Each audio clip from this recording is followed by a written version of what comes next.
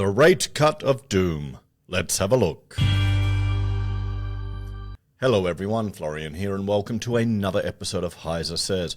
Grab your hashtag not sponsored cheap coffee and let's have a talk about the latest RBA rate cut and, well, or lack thereof, and what the media is saying. Now, apologies to all the fans of the channel. It's been months since I put up a proper video.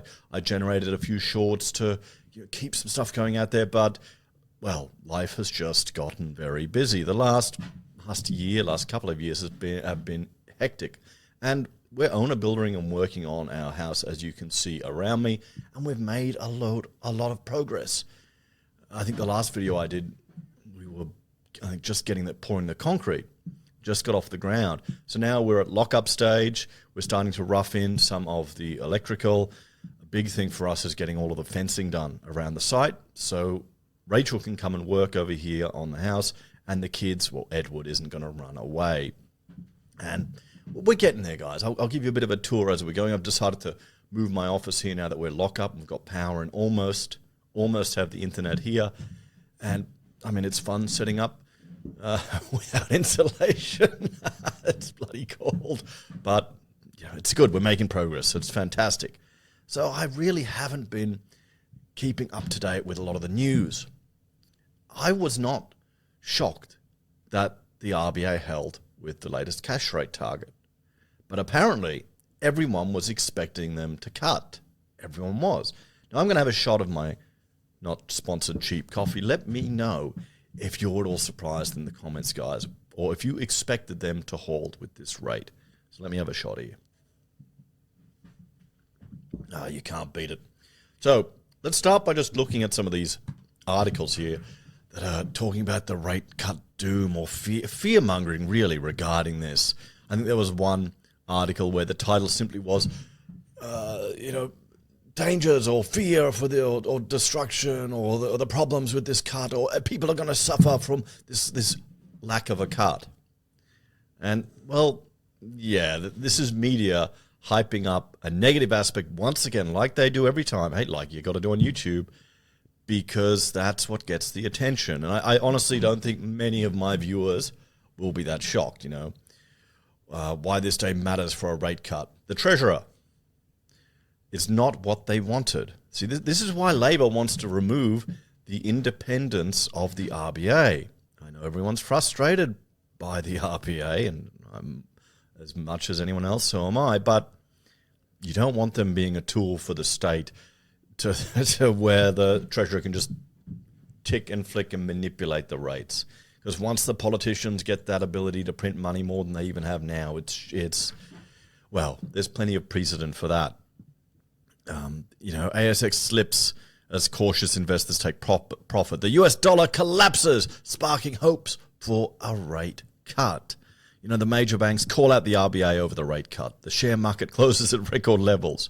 They agree on a rate cut. Major banks slash rates ahead of an RBA call. Yeah, I mean, they cut them a little bit here and there, but not a slash, not to the crazy levels that we have. And you can see here, the rate cut is steady. And I'm honestly, let me just check.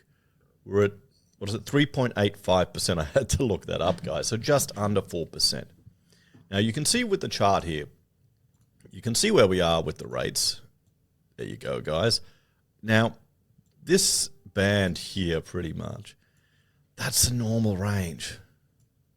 You go up if you want to slow down the economy. You go down if you want to stimulate it a bit. What we've had here pretty much since the GFC, honestly, particularly during the pandemic, is insane overheating of the sector. Now, if they were to cut rates even a little bit, I'd bet a carton that we would start to see greater activity in the housing market more than we are now. Because, well, at least here in Queensland, what I'm seeing, it is just going crazy at the moment. Even in my street, neighbours doing renovation work. Two houses behind us, one's doing a tear down, complete rebuild, another one's doing a huge extension, one across the street, kicked out the tenants, lift it, get rid of it, rebuild, one up the street. They did a rebuild, two up the street. They're going to do two more completely new builds. I had a project north side of Brisbane doing a point cloud scan for a client. That house was doing renovations. Another house was doing renovations. Across the street was doing renovations. Another one was doing renovations. These are just anecdotal experiences, but everyone I'm calling, everyone I'm talking to. Let me know what you're noticing right now out there in the construction game. How crazy is it? Is your sector overheating? So the rates are, well, staying the same. Here's the rate tracker, guys. This is the RBA rate tracker, and we can see here the market was predicting or betting on up, the 7th of July, 97% that rates would decrease to 3.6%. Okay, so the market was wrong. The RBA held on to their rates. They kept it a bit higher. Now, is it all doom and gloom? Are we all in trouble? All these articles that are warning us, the suffering of home buyers, mortgage holders are in trouble, all of this stuff. Well, there was an article I saw that had arrived in my inbox, and it's this one here. Because rates have gone down, okay? We can look, you see here, rates have gone down. Wait, let me bring a clean chart up here. You can see rates have fallen down. Now, how many of you viewers who've got a mortgage have taken advantage of rates going down to reduce your repayments so you have a bit more cash in hand? Now, I've done that in the past where I've made my repayments the lowest it possibly could be, and I'll just pay extra off the mortgage. It's a fun game to kind of, I'm paying more, and this is every bit of money that was coming, everything I scrapped together, I'd just throw off it. And that made me, it felt good. I could understand that. But that was more just the psychological trick to see how low I could get my repayments. And, $5 here, $10 here, $20 here, micro amounts I was just chucking off the mortgage would add up. That's different to people struggling to meet their repayments. So they need to free up that cash just for cost of living, because everything's gotten so expensive nowadays. You go out, if I take the kids out from Macca's, I shouldn't, but it costs a fortune. It's not, junk food isn't cheap anymore. You go shopping, you're dropping $100 like it's nothing. Just a little top-up shop. Oh yeah, honey, I'll just go out and get some stuff. Boom, $100 gone. Eggs are costing, you pretty much $1 each now. It's nuts. So I can see why people are doing that. Now, based on the media, you'd think that everyone's about to collapse. Housing's about to crash. Everyone will stop paying their mortgages. But no, they're not. They're not. Fewer borrowers, lower repayments despite rate cuts. And this is, here we go, there's from CBA's General Manager for Home Buying, Tess Sutherland. And I'll link to this article so you can go through the whole thing, guys. But 1 in 10 eligible customers opted to lower their home repayments after the May cut. Okay, so 10%. And this is CommBank. This is the big bank here in Australia with all the mortgages. 10% of people are lowering their rates. Now, maybe that's just because people... Wait a minute. You can't see that. Let me bring... There's the article. Maybe that's just because they've forgotten. They didn't realize, they didn't go onto the app and can't be bothered changing stuff. Nah, forget that. I'd bet that most people are wanting to get ahead on their mortgage, wanting to throw some more money on there. Build up a buffer, build up your emergency fund and redraw it if you need to off the mortgage. 10%. So what does that tell you? At least for CommBank customers, we're not, who wouldn't like a bloody rate cut? We all would. We all want it a bit cheaper, but we don't need it. People don't need it. Let's have a look here at the statement from the Monetary Policy Board. Inflation has continued to moderate. So it doesn't mean inflation is going down. We're not having deflation. Things are not getting cheaper. Just the pain you feel of it going up and up and up is less painful. Stuff's never going to be cheap again. Outlook remains uncertain. The world economy, U.S. tariffs. You got to love these tariff policies. The number of people in the States or the number of people all around the world that are advocating for tariffs, even here in Australia, they don't know what they are. They don't realize that they're calling for a tax. They want to pay another tax to protect industries in their own country. Now, that's fine ideologically. If that's your position, you're willing to make a sacrifice yourself. But that's a burden that you're putting on your entire people, on everyone. I would argue everyone is a globalist when it comes to the checkouts. How many people are there going, Aussie, Aussie, Aussie, we need manufacturing here? Then they go to Bunnings, they buy the cheapest thing they can find from China because it's a third of the price of what is made locally. Okay, so a lot of people are talk. A lot of them are talk. You're seeing this now in the media in the US where they're starting to realize what these tariffs actually mean. I mean, the problem is people just need to learn the hard way. You know, they want to maintain price stability, and full employment is a priority. And let's bring up, while we're here, we'll bring up the unemployment rate, everyone. And there you go. We can see it. What's it? 4.1%.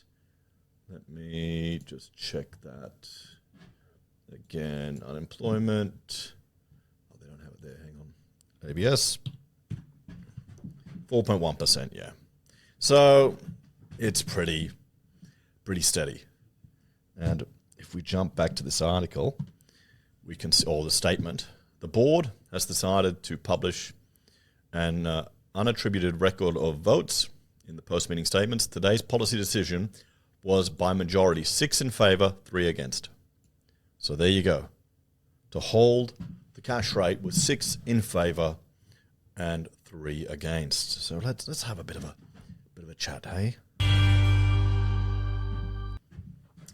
So there we go, everyone. The media again playing up the fact that,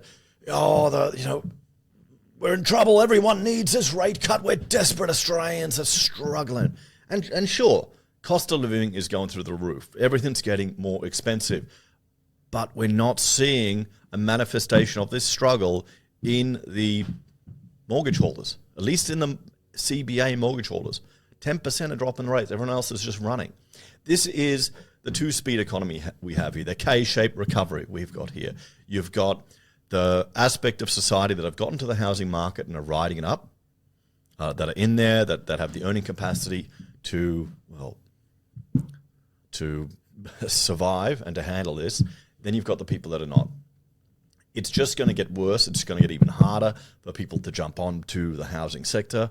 It's going to be, a growth in intergenerational wealth, and you're going to have a class divide in Australia.